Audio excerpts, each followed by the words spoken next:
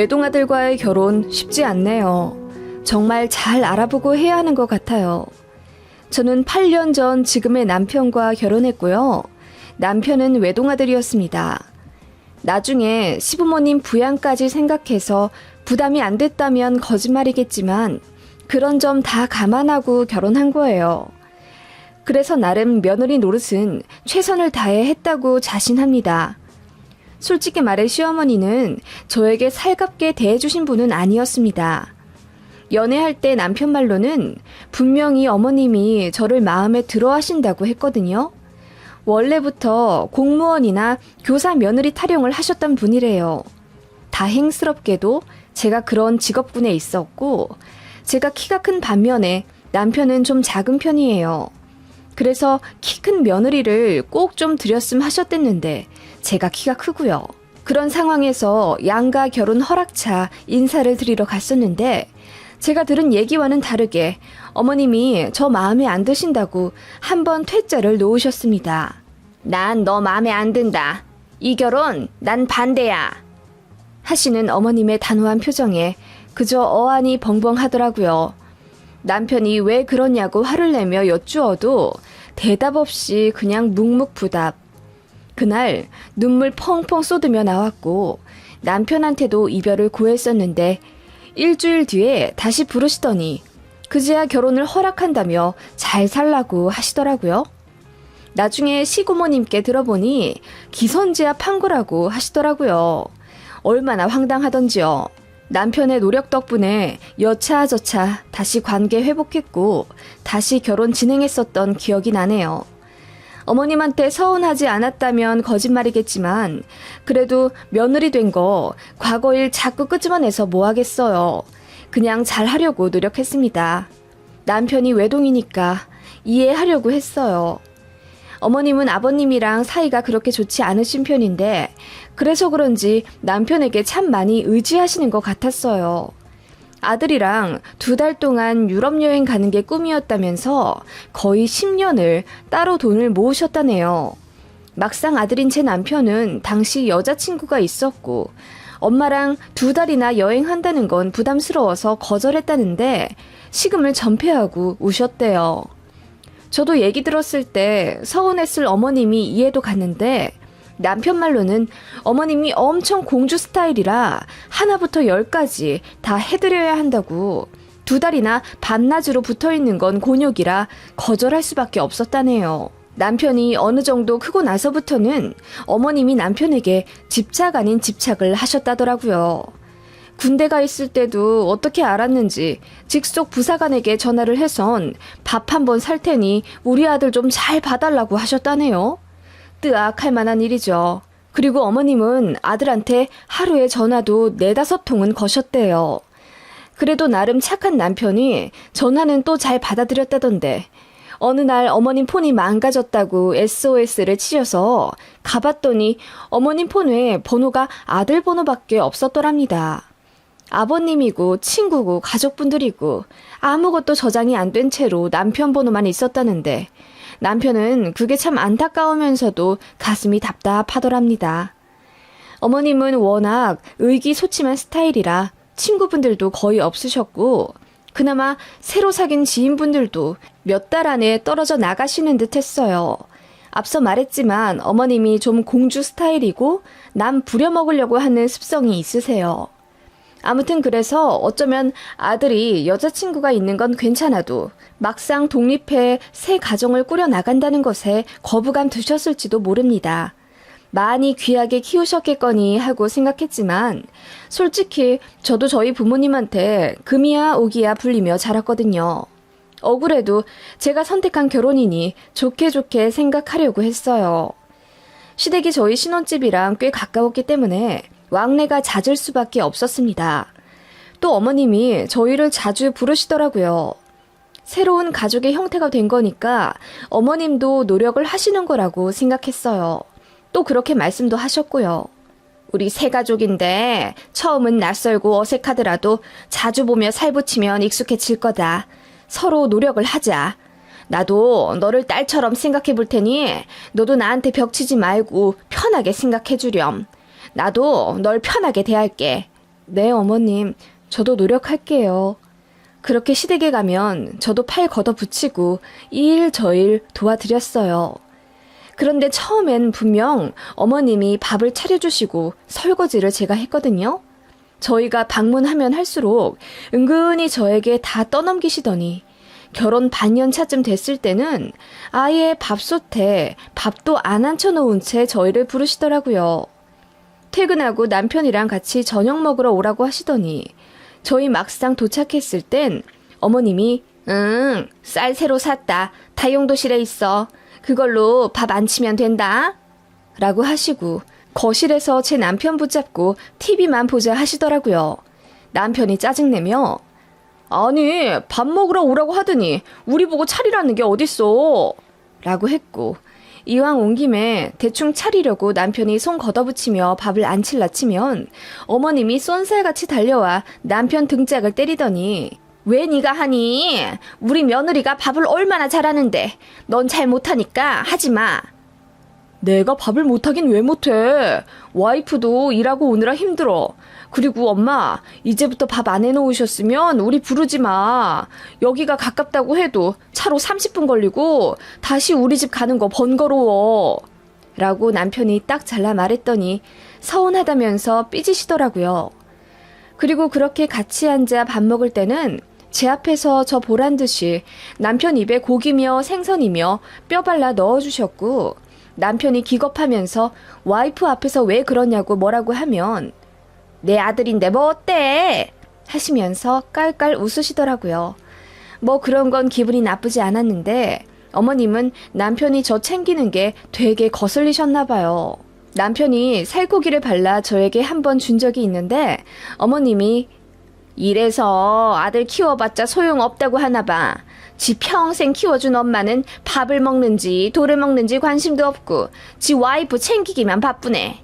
이러시면서 또 삐진 티를 내시더라고요. 그러더니 저에게 갑자기 찬장에서 보리차를 꺼내서 당장 물 좀 올려달라고 시키질 않나 화장실에서 물이 똑똑 떨어지는데 좀 가보라며 자꾸 자리를 뜨게 하시더라고요.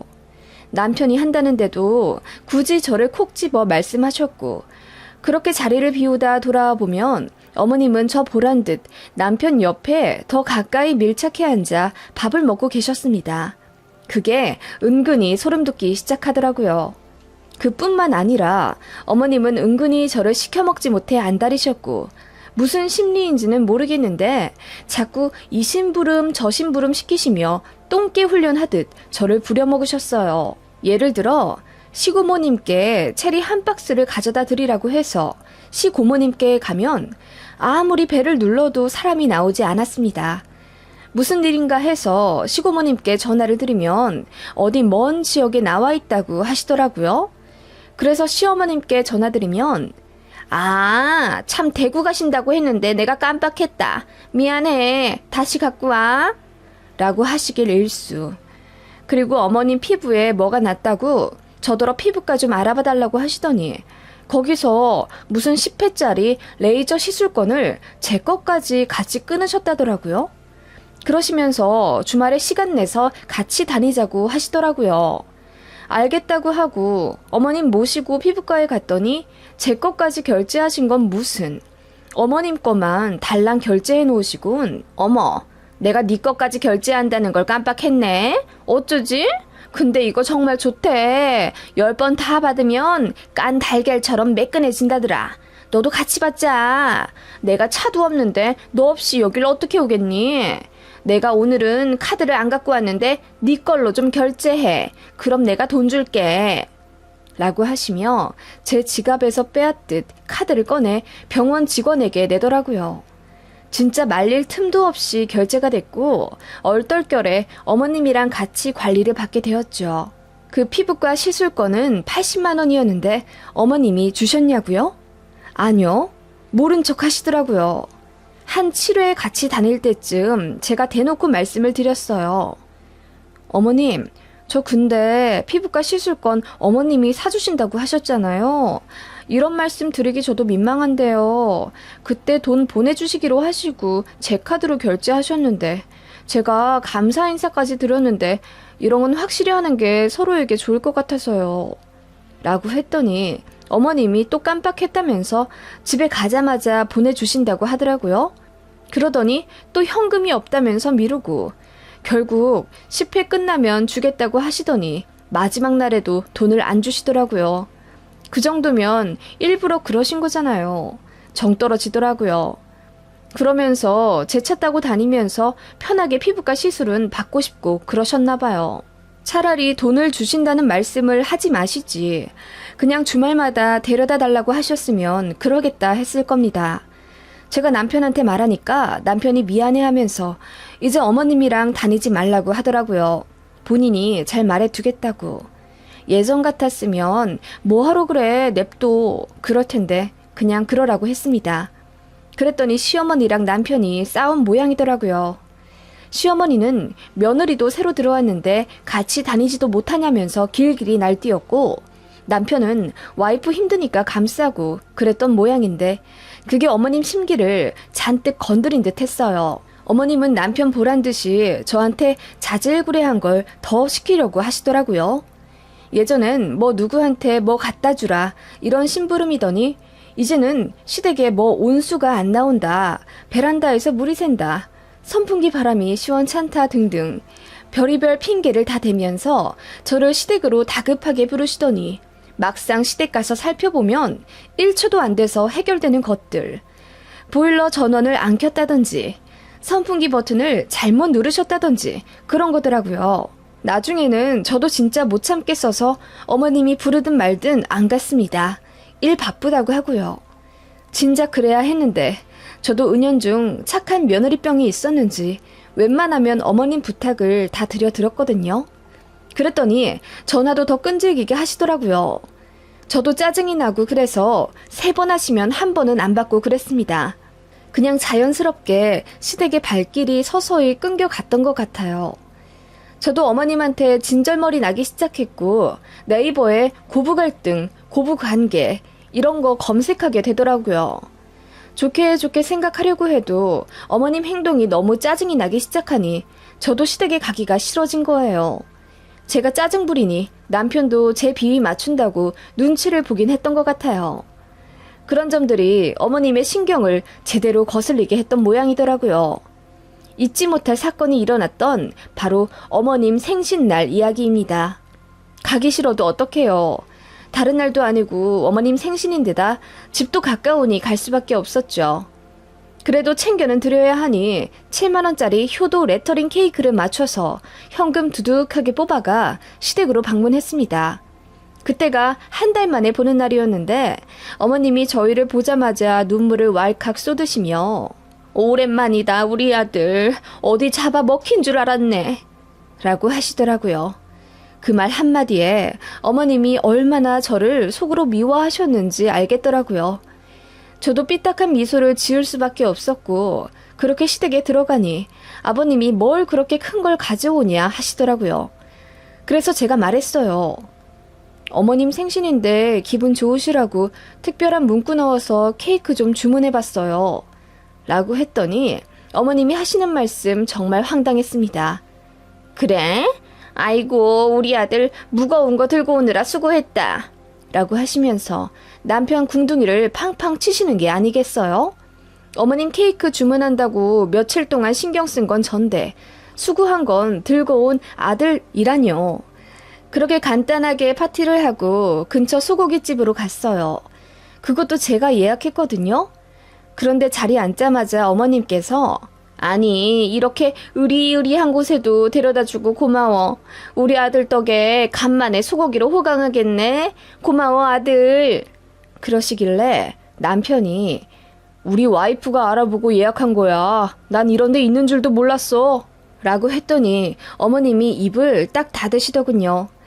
그러더니 갑자기 이곳저곳을 둘러보시며 여긴 인테리어가 별로네. 환기가 안 돼서 냄새가 나네 어쩌고저쩌고 하시곤 마음엔 안 든다. 남들은 며느리가 생신상 차려주는데 나더러 불쌍한 시어머니라고 했다 어쩐다 이러시는 거예요. 분명히 어머님이 생신상 받기 싫다고 하셨거든요. 나이 먹은 티 나는 것 같다고 손사래를 막 치셨어요. 그래서 고깃집 잡은 건데 이제 와서는 또 생신상 타령이란요. 말도 하기 싫어서 그냥 입 다물고 고기나 먹었습니다.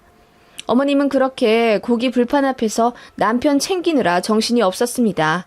네, 어머님 남편 아니고 제 남편이요. 우리 아들 이 부분 좋아하지? 이 부분이 마블링이 죽이네. 아들 많이 먹어? 며느리 너도 많이 먹거라. 하시며 정작 마블링 죽인다는 부분은 다 제 남편 앞으로 밀어주시더라고요. 남편은 자연스레 저한테 다 넘겨줬고요. 그런 점들이 어머님 심기를 또 불편하게 만들었나 봅니다. 갑자기 입을 꾹 닫으신 채 누가 봐도 삐진 티를 낭낭하게 내시더라고요. 그렇게 불편한 식사를 끝내고 계산하고 나가려 하는데 무슨 고깃집 오픈 이벤트라고 사골국물 5kg을 나눠주더라고요. 어머님은 안 드신다고 하길래 제가 대신 받았고 자연스레 남편이 넘겨받아 챙겼습니다. 그거 보자마자 어머님이 제 등짝을 찰싹 때리시면서 너는 그 5kg 무겁다고 네 남편한테 들라고 시키니? 라고 하셨고 남편이 놀라서 왜 그러냐고 화를 내더라고요. 저도 기분이 나빠서 어머님, 제 남편이 좀 들면 어때서요? 그리고 말로 하시면 되는 걸 왜 때리세요? 라고 처음으로 대들었어요. 그랬더니 어머님이 눈을 동그랗게 뜨시며 소리치시더라고요. 아니, 충분히 네가 들어도 될 만한 건데 뭐가 그리 무겁다고 우리 아들이 들게 만든단 말이야. 제가 들게 한 게 아니잖아요. 그럼 어머님은 이이랑 있을 때 무거운 거 아들 들게 안 하세요? 그건 얜 내 아들이니까 그렇고 어떻게 너랑 나랑 비교를 한다니? 내가 어떻게 키운 아들인데 너는 나한테 고맙다는 인사도 제대로 올린 적 없지? 네? 그게 무슨 말씀이세요? 귀하디 귀한데 외동아들 데려가 살면서 어떻게 감사 인사 한 번을 안 하니? 내 아들 덕분에 너도 무거운 짐 안 들고 운전도 우리 아들이 다 해주고 공주처럼 대접받으면서 사는 거 아니야. 안 그러니? 나한테 자식이라고는 쟤밖에 없는데 얼마나 귀한 줄 뻔히 알면서 너 그럴 거면 나한테 우리 아들 사용료 꼬박꼬박 내. 라고 하시더라고요. 그 말에 남편도 저도 그리고 웬만하면 이런 일에 끼어들지 않고 과묵하게 계시는 아버님마저 경악하시며 무슨 그런 말도 안 되는 말을 하냐며 입을 벌리시더라고요. 한참을 벙쪄 있다가 제가 말했죠. 아들 사용료요? 그거 얼마면 되는데요? 라고 했더니 홧김에 농담처럼 한 말 가지고 죽어라 달려든다면서 오늘 같은 날 며느리가 세모는 뜨고 대든다며 억울하다 우시더라고요. 진짜 황당했습니다. 어머님은 생각할수록 기분이 나쁘시다며 벼랑간 소리를 바락바락 지르시더니 그래, 한 3천 정도면 되겠네. 우리 아들이랑 계속 살고 싶으면 3천만 원 갖고 와. 그러면 내가 이제 아무 말 안 할 테니. 라고 하시더라고요. 참고로 저희 결혼할 때 시댁에서 2억, 저희 친정에서 8천만 원 정도 지원받았습니다. 저희 친정에서는 정말 있는 돈 없는 돈 다 긁어서 해주신 거예요. 형편이 그 정도인 걸 어떡합니까? 그런데 어머님은 귀한 외동아들이랑 결혼하면서 어떻게 달랑 8천만 원만 해오냐 불만을 가지셨어요. 그래서 예물 예단이라도 제대로 받아야겠다며 명품 시계며 밍크 코트까지 거의 3천만 원 정도를 요구하셨거든요. 저희에겐 그게 너무 무리였고 할 수 있는 건 1,000만 원 정도라 제가 파혼하려 하자 남편이 어떻게든 자기가 해결하겠다고 총대를 맨 적이 있어요. 그때 남편이 어머님이랑 엄청 싸웠다던데 그 일이 아마 어머님이 저를 더 미워하게 된 계기가 되셨겠죠. 아무튼 그때 3천만 원 정도 예물 예단을 요구하시더니 급기야 이제는 아들 사용료라는 명목으로 바뀐 거죠. 얼척이 없어서 제가 또 한마디 할라 하니까 아버님이 어머님을 급하게 데리고 가셨고 남편도 저한테 손발 싹싹 빌며 미안하다고 대신 사과하겠다 하더라고요. 생각할수록 열불 터져서 살 수가 없었습니다. 그래서 밤새 컴퓨터로 작업을 했어요.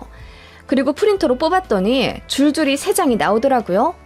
다음날 회사까지 연차 내고 시댁에 갔습니다. 그야말로 들이닥친 거죠.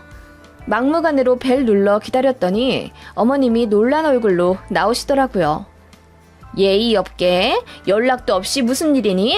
너 출근 안 했어? 네, 안 갔어요. 저도 어머님께 청구하러 왔어요. 뭐? 청구? 무슨 말이냐? 어머님이 아들 사용료 3천만 원 내라고 하셨잖아요. 저 그거 낼게요. 대신 어머님도 며느리 사용료 내세요. 이거 청구서거든요. 내역 찬찬히 읽어보고 그대로 저한테 납부하세요. 뭐라고? 며느리 사용료? 너 미쳤구나? 제가 읽어드려요? 그렇게 저는 밤새 만든 며느리 사용 내역을 읊었습니다. 일주일에 3번씩 며느리 안부전화 요구한 값 350만 원, 시고모님께 심부름 시킨답시고 똥개 훈련한 값 500만 원, 시댁 전구 교체해드린 비용 10만 원, 원치도 않은 피부과 시술 비용 80만 원, 시댁 보일러 수리한 비용 20만 원, 툭하면 불러서 운전기사 시킨 비용 1,000만 원. 제가 끝도 없이 읽어대자 어머님이 경악하며 입을 다물지 못하시더라고요. 그렇게 3장을 줄줄이 읊고 마지막 줄까지 읽었습니다. 귀한 남의 집 딸한테 막대하여 정신적인 스트레스를 준 대가까지 합쳐 총합 1억 원 되시겠어요. 저는 3천 바로 입금해 드릴 테니 어머님도 바로 넣어주세요. 라고 했어요. 그랬더니 어머님이 손만 덜덜 떠시며 아무 말 못하시더라고요. 그렇게 시댁 나와버렸고 남편한테 제가 한 얘기 그대로 다 했습니다. 내가 이러이러한 행동을 했는데 당신 나한테 실망했으면 이혼 요구해도 된다. 바로 이혼해주겠다. 대신 나는 더는 시어머니한테 이런 취급받으며 살지 못하겠다고 했어요. 결과적으로는 저희는 1년 반 정도 후에 이사를 가게 됐어요. 양가에서 받은 돈 모두 다시 되돌려드리고 딱 저희가 모은 돈이랑 낼 수 있는 대출 합쳐서 작은 평수 전세로 갔습니다. 시댁이랑은 1시간 반 정도 되는 거리로 떨어지게 됐고요. 명절 아니고서는 왕래도 자제하겠다고 했습니다. 어머님이 꺼이꺼이 우시더라고요. 다시는 안 그럴 테니 그냥 그 동네 쭉 살으라고 하시는 거 남편이 바로 쳐내더라고요. 그렇게 제가 지금 이 동네에 이사 오게 된 이유였고 저는 그날 이후로 어머님이랑 전화 한 번 다이렉트로 통화한 적 없어요. 명절에도 안 가려고 했는데 저희가 아이를 낳으면서 다시 왕래는 하게 됐고요. 그나마도 구정이랑 추석 때 딱 하루만 갑니다. 어머님도 저한테 미안하다거나 딱히 그날 일에 대해 다시 언급도 안 하셨고 저도 사과드리지 않았어요. 그냥 대면대면하게 지내요. 엄청 껄끄러운 사이가 된 거죠. 어머님만 애달아 하시지만 자존심 때문에 제가 먼저 다가오길 원하셨고요. 근데 그거 아세요? 불편한 며느리가 되니 세상 편하더라고요. 시간이 많이 흐르니 제가 그때 너무 했던 건가 싶기도 한데 다시 돌아가도 그럴 것 같아요. 제가 그렇게 한 번 지르지 않았다면 계속 어머님께 무수리 취급받으면서 무시당하지 않았을까요?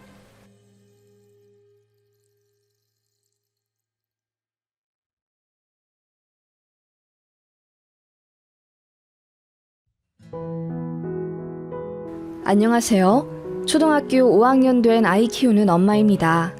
이기적인 시어머니 때문에 소가리만 10년 가까이 하다 결국 얼마 전 깨끗하게 손절해버렸습니다. 이제 시댁 쪽으로 고개도 안 돌리며 살 겁니다. 우리의 돼지 저금통까지 노리던 지긋지긋한 백수 시아버님이랑도 드디어 얼굴 안 보고 살게 되네요. 속이 다 시원합니다. 저는 대학 졸업하자마자 모 재단에 입사해서 지금 18년째 장기 근속 중이고요. 남편도 일하다가 만났습니다. 남편 착하고 성실한 것만 보고 결혼해서 시댁이 그렇게 폭탄인지는 나중에야 알았습니다. 결혼할 때 시댁이 1억 해주셨어요. 저희 집도 비슷하게 1억 정도 해주셨고요.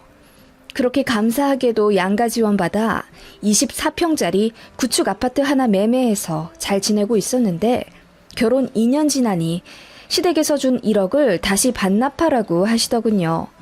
저희 부부 둘 다 황당해서 무슨 말씀이냐고 여쭈어 보니 네 큰형 장가 가야 하는데 돈이 없구나. 갑자기 여자가 생겼다니 어떡해. 여자 있을 때 빨리 결혼시켜야지. 그런데 너도 알다시피 우리 큰아들이 좀 자유로운 편이라 돈을 많이 못 모았잖니. 그래서 우리가 얼마라도 해줘야 하는데 니들 먼저 결혼한다고 돈을 홀랑 다 해버려서 하나도 없구나. 뭐 어떡하겠니. 형편 더 나은 니들이 다시 돌려줘야지.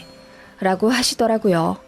저희 시아주버님은 말이 좋아 자유로운 영혼이지 20대에서 30대 초반 가까이 해외여행 다니며 욜로족으로 보냈습니다. 직장이랄 것도 없고 계약직 근근히 하면서 300에서 500만 원 정도 모이면 훌쩍 비행기 티켓 끊어 외국으로 가버리곤 하셨대요. 그렇게 외국에서 기약 없는 생활을 보내다 돈 떨어지면 들어오고 또 한 반년일에 몇백 모으면 또다시 출국. 그런 생활을 10여 년을 반복하니 수중에 돈이랄 게 남아있을 리가 없죠. 한국에서 직장을 제대로 안 다녔으니 경력도 없고 나중에 정신 차렸을 땐 이미 30대 중후반이었고 그때 이미 취업하기엔 너무 늦어버리셨어요. 그래서 저희 결혼할 때도 시아주버님은 백수셨고 당연히 저희 축의금도 1원 한 장 안 내주셨습니다. 저희가 예복으로 100만 원 해드렸고요. 그것도 좋은 말 못 들으면서 결혼했어요. 형제 사이에 순서라는 게 있는데 동생이 먼저 결혼한다고 저희더러 미안해 하라며 어찌나 눈치를 주는지. 아니 근데 저희 남편도 당시 32살이었고 저도 30살인데 그럼 언제까지 아주버님 결혼할 때까지 기다려야 하나요? 아주버님은 여자도 없고 직장도 없었는데요. 그런 이유로 저도 기분이 나빠져 은근히 파혼 생각을 내비쳤더니 시댁에서 또 다급하게 잡으시더라고요. 결혼하지 말란 얘기는 아니라면서. 그럼 뭐 어쩌라는 거냐니까 그냥 큰형한테 평생 미안한 마음을 가지고 살으래요. 앞으로 무엇이든 양보하고 베풀며 사는 동생네가 되라고. 그것도 그렇지만 아무튼 시부모님 아니 어머님은 평생 큰아들만 편애하며 사셨다고 하네요. 남편 말로는 어린 시절이 너무나도 서러운 기억밖에 없대요. 큰형만 아들 취급하며 어와둥둥. 같이 먹는 밥상에선 소세지나 고기 같은 거 무조건 큰형 앞으로 밀어주고 작은 아들인 남편이 조금이라도 더 먹으면 숟가락으로 머리를 내리치며 형한테 양보하라고 윽박 지르셨다네요. 그런 식으로 옷도 자전거도 하다못해 학원까지도 모두 형한테 양보해야 했고 남편은 자연스레 혼자 살아가는 법을 터득했다고 하네요. 학원이나 과외 없이 홀로 묵묵히 공부해서 전교 10등 안에 늘 들었고 대학교도 혼자 알아서 좋은 데 들어가서 장학금 받으며 다녔대요. 그러는 동안 아주버님은 장남이란 이유로 부모님께 온갖 지원 다 받으며 풍요롭게 지냈지만 결과적으로 사수하다 대학 포기하고 변변찮은 직업 하나 없이 30대 중후반을 맞이하게 된 거죠. 저희 남편은 탄탄한 직업 구해 저랑 연애도 재밌게 하다가 딱 좋을 나이에 결혼했고요. 그런 저희 모습이 시어머니 눈에 곱게 보일 리가 만무했습니다. 장남은 여자도 없고 돈도 없는 백수로 집에서 밥이나 축 내며 사는데 미운 둘째 아들은 탄탄대로 걷고 있으니 말입니다. 그래도 개혼이라고 수중에 모아두신 1억을 내주신 모양인데 사실은 그것도 원래 장남 주려고 모으신 돈이랍니다. 결혼하면 해주려고 했는데 저희 집에서 1억 정도 해준다고 하니 시부모 입장에서 창피하다 생각이 드셨는지 울며 겨자 먹기로 차남에게 1억을 내주신 거예요. 그 1억을 이제 다시 달라고 하신 거죠. 진짜 황당했지만 남편도 저도 그냥 군말 없이 다시 드리기로 했습니다. 어차피 안 주면 줄 때까지 사람 피말리게 하실 시어머니였으니까요. 그냥 시원하게 드리고 저도 이제 딱 정해진 선에서만 둘째 아들네 도리하는 게 낫다고 생각했습니다. 당시에 당연히 돈 모자라서 대출 받아서 드렸죠. 참 더럽다 생각은 들었지만 솔직히 그 1억 내주시면서 얼마나 생색을 내셨는지 차라리 속 시원하더군요. 어머님은 저희에게 주신 그 1억을 빌미로 매달 50만 원씩 용돈 달라, 차 사달라 엄청 요구를 하셨거든요. 물론 저희 형편에 맞게 알아서 내드리긴 했지만 같이 1억 정도 해주신 저희 친정에서 아무 말 안 하시는 걸 보면 비교가 안 될 수가 없었죠. 아무튼 그런 시댁이었고 시아주버님도 솔직히 정상은 아니었습니다. 명절에 시댁에 가면 아주버님은 늘 씻지도 않은 지저분한 차림으로 팬티만 입은 채 나오셨어요. 제가 놀라 소리를 지르면 그제서야 멋쩍어 하면서 주섬주섬 옷을 입으셨는데 어머님은 그런 장남을 혼내시기는커녕 제 등짝을 때리셨습니다. 뭐가 그렇게 놀랍다고 소리를 질러서 우리 큰아들 무안을 주니? 어차피 같은 가족 사이인데 뭐 어떻다고? 아무튼 유나는 하시며 혀를 끌끌 차시대요. 그리고 저희가 일찍 가면 너무 일찍 와서 큰아들 잠 깨웠다고 뭐라 하시고, 또 늦게 가면 너무 늦게 와서 큰아들 기다리게 했다고 잔소리. 나중에는 순한 저희 남편도 화가 나서 큰 소리 내고 결국 시댁 도착하자마자 1시간 만에 다시 집에 온 적도 있습니다. 그런 집안인 시댁이라 저는 정도 없고요. 시댁이라면 스트레스 받고 그러니까 남편도 이제 시댁에 연락하는 건 본인이 다 하겠다며 저더러 신경 쓰지 말라고 하더군요. 시어머니가 며느리 돌이 운운하면서 왜 전화도 안 하냐고 뭐라고 하면 그냥 일하느라 바빠서 그렇다고 했어요. 그러면 어머님은 또 저더러 일하는 며느리라 생색낸다며 기분 나쁜 티를 엄청 내셨죠. 아무튼 그렇게 지내고 있는 시댁인데 얼마 전 진짜 말도 안 되는 황당한 사건이 있었습니다. 제가 결혼하고 2년 뒤쯤, 그러니까 저희 아이 100일쯤 되던 시기에 친정아빠가 혈전으로 쓰러지셨던 일이 있었습니다. 정말 기적적으로 살아나셨고 발음이 좀 어눌해지시고 걷는데 불편해지시긴 했지만 1년 정도 재활하시면서 많이 회복하셨어요. 그치만 그때 아빠가 쓰러지신 것이 저희 가족에게는 큰 충격이었습니다. 친정아빠도 이제 건강이 예전 같지 않다는 걸 느끼셨는지 멀쩡할 때 모든 걸 다 정리해두고 홀가분하게 스트레스 없이 살고 싶다며 재산을 미리 정리해서 저희 엄마, 저랑 제 동생에게 나눠주셨습니다. 저희는 안 받겠다고 했지만 아빠가 그러고 싶으시다며 굳이 변호사 선임해서 전부 깨끗하게 다 정리를 하셨고, 그렇게 친정 아파트를 저희 엄마 명의로 돌려주셨고, 저한테는 1,500평 정도 되는 경기도 과수원 땅을, 제 동생에게는 강원도에 있는 땅이랑 산 일부를 아예 미리 정리해서 나눠주셨어요. 그래서 저는 하루아침에 토지 소유자가 되었네요. 제가 넘겨받은 땅은 현재 친척분이 임대해서 사용하고 계시는 농장터이고 거기 시설이랑 주택까지 모두 포함된 겁니다. 그거 관리한다고 아빠가 좀 신경을 많이 쓰셨는데 이제 머리 아픈 거 싫다고 아예 저한테 위임을 해주신 거예요. 그게 임대 보증금이 1억 2천 정도이고 연세를 3, 4천 정도 받는 땅이에요. 친정아빠가 아예 통째로 내놓아 매매해버릴 수도 있지만 그렇게 되면 지금 지내고 있는 친척분이 힘들어지니까 배려한답시고 딱 10년만 더 세받기로 하셨답니다. 그래서 제가 그 땅 받으며 졸지에 땅 관리도 해야 하는 투잡러가 되었죠. 첫 연세 받던 날 제 통장에 4천만 원 정도가 찍히는 게 너무 신기하더라고요. 세금 처리며 이것저것 제하면 수중에서 또 훌쩍 돈은 빠져나갔지만 그래도 친정 부모님께 너무 감사하더라고요. 일단 부모님 살아계시는 동안 연세를 제가 챙기는 건 아닌 것 같아서 부모님께 드렸더니 부모님도 딱 10년만 받으시겠다 하시더라고요. 그 후는 제가 챙기는 걸로 했습니다. 아무튼 그 얘기가 시어머니 귀에도 들어갔습니다. 연세를 받는다고? 1년에 얼마? 한 4천만 원 정도 되는데 명의만 저한테 돌린 거지 친정 드려야 해요. 그래? 참, 우리 며느리가 경기도에 1,500평 가진 땅 주인이 되다니 세상 신기하다. 아니, 너희 친정이 그렇게나 돈이 많으신 줄 난 몰랐네? 왜 진작 얘기 안 했어? 네? 그냥 미리 정리하신 거고 저는 벌써 그것들이 다 제 거라고 생각 안 해요. 친정아빠가 그 땅 때문에 신경 쓰실 일이 많았는데 한번 아프시고 나니까 이제 스트레스 받고 싶지 않아 하신 거예요. 그거나 어쨌든 네 명의가 된 거잖니. 참 니들은 어쩜 그렇게 일이 술술 풀리냐?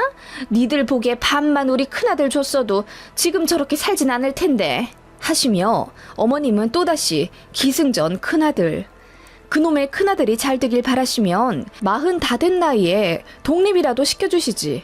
새끼 거를까봐 전전긍긍하시면서 집에 묶어놓으신 게 어머님이시거든요. 시아주버님도 등 따시고 배부르니까 굳이 밖에 나가 일해야 할 이유도 못 찾는 거죠. 어머님이 저렇게 알아서 다 해주시고 또 취업 스트레스 받을까 밖에 나가서 돈 벌어오라는 잔소리 한번 안 하시고 큰아들 비위 맞춰주니 시아주버님도 솔직히 정상적인 사고를 가지셨겠어요? 그러니까 제가 있든 말든 팬티바람으로 돌아다니시죠. 급기야 저희 아이가 받은 용돈도 탐내하는 황당한 큰아빠예요. 이야, 준수 할아버지 할머니한테 용돈도 받고 좋겠다. 걸어 다니지도 못하는데 벌써 용돈을 받네. 엄마가 뺏어가기 전에 이 큰아빠한테 맡겨. 큰아빠가 돈 불려줄게. 그래서 나중에 준수 대학교 들어가면 50만 원 줄게. 오케이? 하시며 저희 아이 주머니에 있는 5만 원짜리를 쏙 빼가려고 하시더라고요. 제가 손사래를 치며 이거 준수 저금통에 넣어줄 돈이에요. 아주버님 다시 돌려주세요. 그랬더니 어머님이 혀를 끌끌 차시며 저거 돈 욕심 많은 것 좀 봐. 조카가 큰아빠한테 다시 돈 좀 줄 수 있지. 어차피 우리가 준 돈 아니냐? 너도 참 야박하다. 그러시더군요. 그런 사람들이어서 제가 땅 명의 이전한 거 시댁에 밝히고 싶진 않았는데 하필이면 그 과수원 토지가 시댁이랑 차로 1시간도 안 걸리는 거리라 왔다 갔다 하다가 어떻게 알게 되셨거든요. 제가 딱 못 박았죠. 이름만 제 거지 연세는 친정 드린다고. 그러니까 시어머니가 입맛을 딱 다시는 게 느껴져서 제가 그 이후로는 땅 얘기 절대 안 했습니다. 자꾸 어머님이 그 동네 이야기하면서 저한테 땅 얘기 물어보시고 그러셔도 입 딱 닫았더니 눈치 보시더군요. 그러다가 이제 아주버님이 결혼을 하신 거고요. 역시나 직업이 없으신 상태로 한 결혼이고 손이 동서도 딱히 돈을 안정적으로 버는 직업은 아닙니다. 그렇다 보니 시댁에 합가하게 되었는데 그 일로 시어머니와 형님이 고부 갈등을 겪는 것 같더라고요. 역시나 돈 문제로 시댁 집안이 시끄러워졌고 결국 아주버님이 도마 위로 오르게 되었습니다. 이제는 부인도 있으니 정신 차리고 돈을 벌어야 하잖아요. 이혼남 될까봐 어머님도 이제는 아주버님께 일하러 가라고 잔소리를 하게 되셨죠. 그래도 마음이 안 좋으셨나 봐요. 저희한테 늘상 하시던 말씀이 아이고 평생 일도 한 번 안 해본 애가 지 처먹여 살린다고 나가서 하루 종일 일하고 있으니까 내가 속이 다 상하네. 네 큰형은 일할 사람이 못 되는데 라고 하시길래 남편이 화가 나서 일하는 사람 안 하는 사람이 세상에 어디 있어. 자기 인생은 자기가 알아서 책임지는 거지. 우리 와이프도 애 낳는 날 직전까지 일했는데 뭘 그래요? 라고 했더니 어머님이 그러시더군요. 아니 새아가는 애가 워낙 독종이잖니. 그러니까 매년 4천씩 파는 땅이 있으면서도 악착같이 직장도 안 관두고 일하는 거 아니야. 독종이요? 세상에 반 이상의 독종이면 그게 어디 독종이겠어요? 평범한 거지. 다들 일하면서 사는 거죠.